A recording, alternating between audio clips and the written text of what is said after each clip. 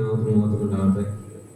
നമുക്കൊരു ദൈവത്തിൻ്റെ ഭാവം ഈ 2025 എഴുതിയിൽ ദൈവമക്കളായിരിക്കുന്ന നിങ്ങളോട് സംസാരിക്കാൻ ഒരു ദൈവത്തിൻ്റെ ഭാവം ഞാൻ എടുക്കുകയാണ്. 2 കൊരിന്ത്യർ 5-ാം അധ്യായം അതിൻ്റെ 17-ാമത്തെ വാക്യം, 17, 18, 19 വാക്യം. 2 കൊരിന്ത്യർ 5-ാം അധ്യായം അതിൻ്റെ 17, 18, 19 വാക്യം. ഒരുത്തൻ ക്രിസ്തുവിനായാൽ അവൻ പുതിയ സൃഷ്ടിയാണ്, പഴയത് കഴിഞ്ഞുപോയി, ഇതാ അത് പുതിയതായി തീർന്നിരിക്കുന്നു.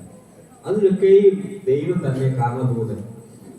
അവൻ നമ്മെ ക്രിസ്തു മൂലം തന്നോട് നിരപ്പിച്ചു. നിരപ്പിന്റെ ശുശ്രൂഷ ഞങ്ങൾക്ക് തന്നിരിക്കുന്നു. ദൈവം ലോകത്തിന് ലംഘനങ്ങളെ കണക്കിടാതെ ലോകത്തെ ക്രിസ്തുവിൽ തന്നോട് നിരപ്പിച്ചു പോകുന്നു. ഈ നിരപ്പിന്റെ വചനം ഞങ്ങളുടെ പക്കൽ അരവേൽപ്പിച്ചിരിക്കുന്നു. ഹല്ലേലൂയ.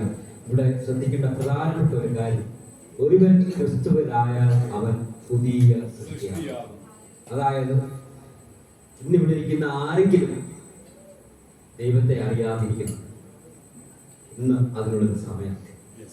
ഈ 2025 എൻഡിങ്ങിൽ ഒരു തീരുമാനം എടുക്കണം. കർത്താവിനെ, ഞാൻ കർത്താവിനെ അറിഞ്ഞിട്ടില്ല, എനിക്ക് കർത്താവിനെ അറിയുവാൻ, ഒരു സാക്ഷിയായി നിൽപ്പാൻ, ഒരു പുതിയ സൃഷ്ടിയായിട്ട് മാറും. അത് കഴിഞ്ഞിട്ട് പറയുക, പഴയത് കഴിഞ്ഞു പോയി, പഴയതെല്ലാം കഴിഞ്ഞു പോയി. നമ്മളുടെ ജീവിതത്തിൽ പഴയതായിട്ടുള്ള എന്തെങ്കിലും സ്വഭാവങ്ങൾ അല്ലെ അതുണ്ടെങ്കിൽ ഈ നിമിഷം നമ്മളോട് തീരുമാനം അത് നമ്മൾ ഉപേക്ഷിച്ച് കളയണം. എന്തെങ്കിലും സ്വഭാവം. ഞാൻ പുക വലിക്കുന്ന നല്ലൊരു മനുഷ്യനായിരുന്നു. പുകവലി എന്നെ ഭയങ്കരമായിട്ട് പുകവലിക്കുന്നു എന്ന് പറഞ്ഞാൽ ഭയങ്കരമായിട്ട് പുകവലിച്ചുകൊണ്ടിരുന്ന ഒരു മനുഷ്യനാണ്. ഒരു മിനിറ്റ് ഒരു ദിവസം ഒരു 30-35 വീഡിയോ എടുക്കും. അങ്ങനെ ഒരു കണ്ടീഷൻ ഉണ്ടായിരുന്നു.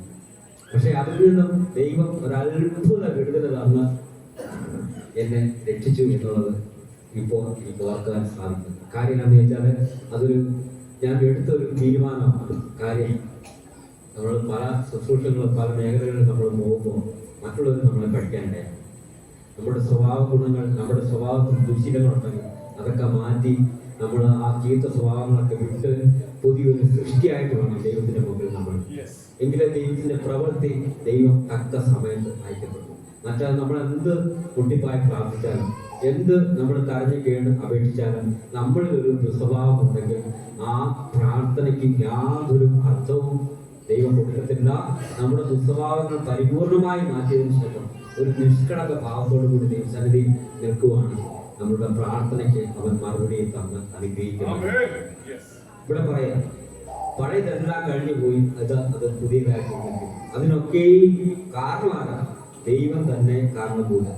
അവൻ നമ്മെ ക്രിസ്തു മൂലം തന്നോട് നിരപ്പിച്ചു. ക്രിസ്തു മൂലം തന്നോട് നിരപ്പിക്കുക എന്ന് പറഞ്ഞാൽ കർത്താവ് നമുക്ക് വേണ്ടി വിടുവിൽ നിന്ന് നമ്മുടെ പാപങ്ങളെ വഹിച്ച് പിതാവിനോട് നമ്മൾ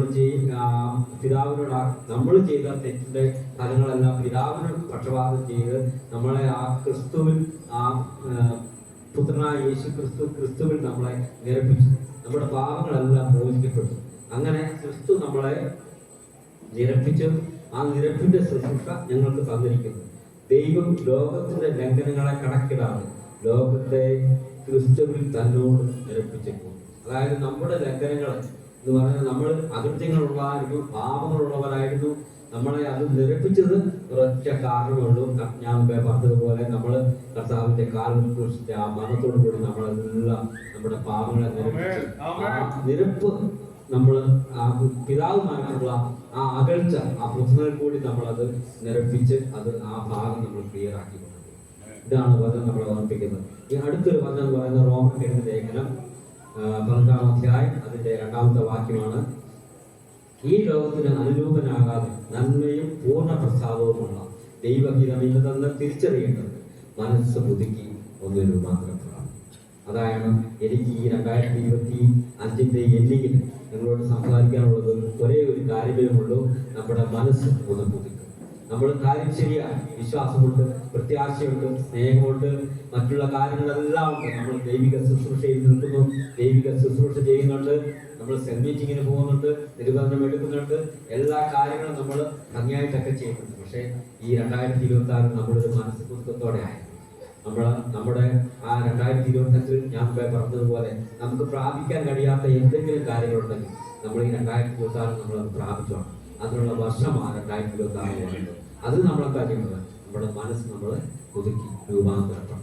ഈ തിരുവനങ്ങളാൽ ദൈവം നിങ്ങളെ ഓരോരുത്തരെയും അനുഗ്രഹിക്കുമാറാട്ടെ എന്ന് മാത്രം പ്രാർത്ഥിച്ചുകൊണ്ട് ദൈവസന്നിധിയിൽ ഞാൻ